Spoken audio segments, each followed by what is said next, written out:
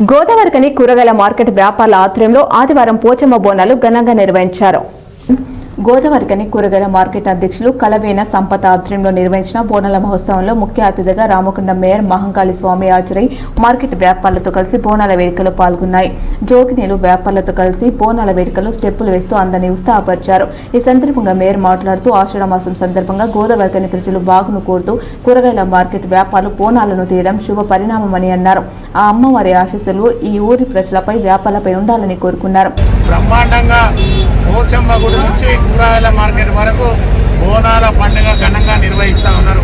రామగుండం పారిశ్రామిక ప్రాంతంలో ఉన్న ప్రజలందరూ కూడా సుఖంగా సంతోషంగా ఆయురారోగ్యాలు కలిగి ఉండి ఈ ప్రాంతం అన్ని రంగాలలో అభివృద్ధి చెందాలని అన్ని రంగాలలో ముందుకు వెళ్ళాలని చెప్పేసి ఆలోచనతోటి ఈరోజు వీరందరూ కూడా అమ్మవారికి బోనం సమర్పించి బ్రహ్మాండంగా ఊరేగింపు కార్యక్రమం నిర్వహిస్తూ ఉన్నారు.